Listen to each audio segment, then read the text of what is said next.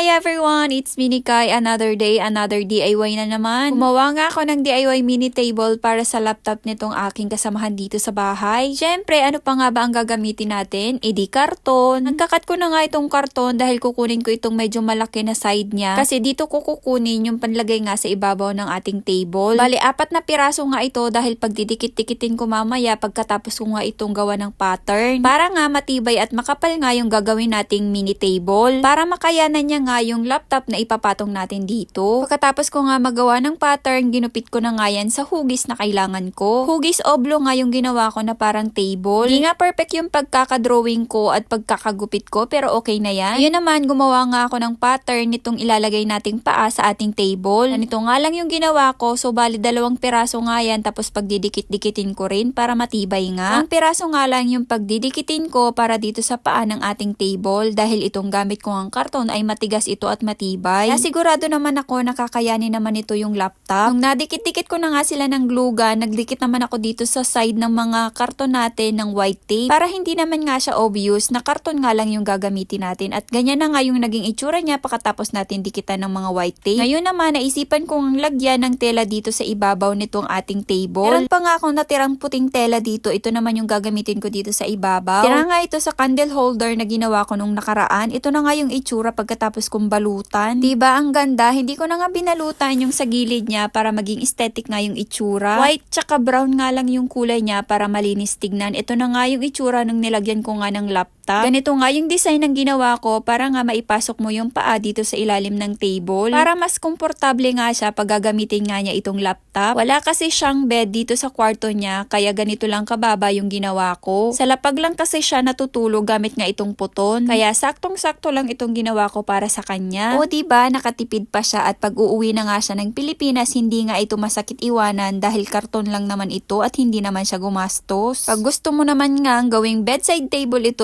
nga yung magiging itsura niya. Ito nga yung ginawa kong candle holder nung nakaraan. Pwede mo rin nga siyang gawing lampshade pag gabi. Battery nga lang naman yung ginamit kong candle dito kaya hindi nga ito masusunog. So ayun lang naman. Thank you for watching.